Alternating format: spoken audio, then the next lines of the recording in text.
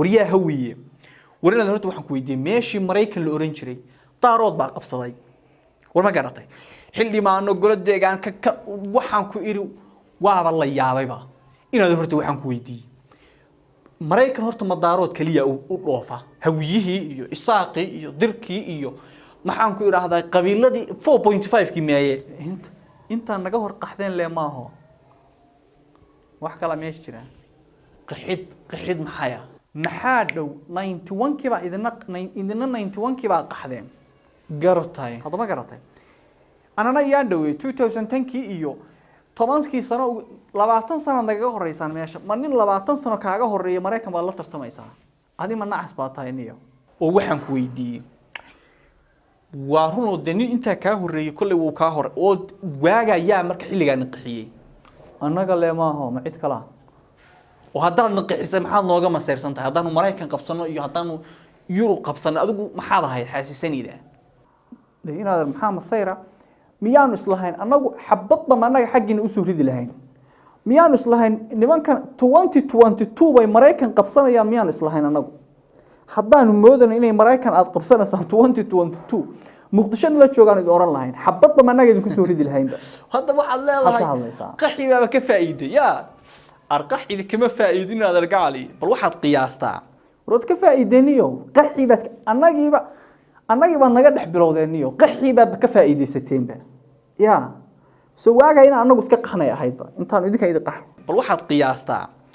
bal inagoo aan isdilin gartagaalin oo heshiis ah Soomaaliya xilliga 91 kii meeshii mareysay Afrikada dalalka Afrika hadda wali ma gaarin saama ogid dalalka Afrika wali ma gaarin meeshii xilliga mareysay bal waagaas maxaa warshad noocan ku ool ma jiro xitaa hubka lagu dhex sameyn jiray noocyadiisa kala duwan hadda ma garatay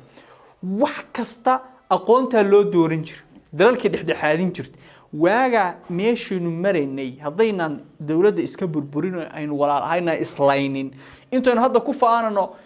maxaan ku raadaay Mareykan baa qabsatay iyo xaggaad qabtan ku faan waaga hadaynu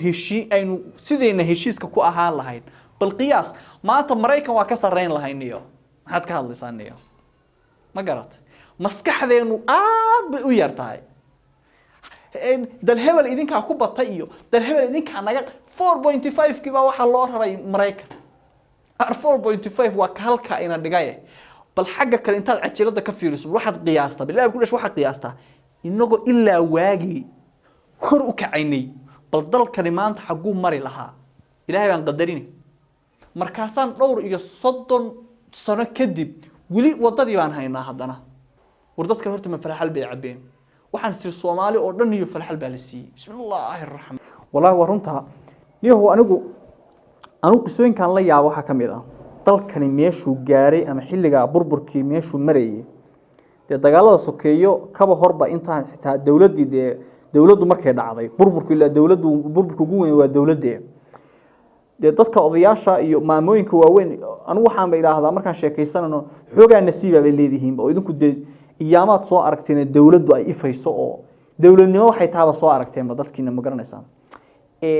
qisooyinka anigu aan la yaabo waxa kamid ah Soomaaliya oo dad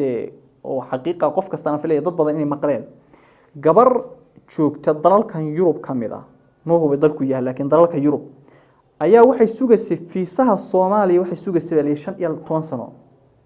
15 sano sugaysay haddana way weyday baa leeyahay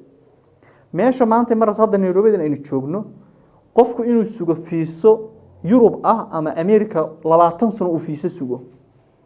bal hadda ka war dunidaas xaqiiq waxay tahay haddaynan dalka iska burburin oo inagu ayna isburburin maanta Mareykan iyo UK waa ka sareyn kari lahayn dalkani meesha uu gaaray you can imagine ilaa hadda waa laga yaaban yahay ma garanaysaa marka insha Allah waa suganaa yaamihii wacnaa way soo socdaan ya ilaahay subhanahu wa ta'ala aynu fuday laakiin shaqay u baahan tahay iska fadhi ma ila dalka inaga burburin waliina waa si burburinayna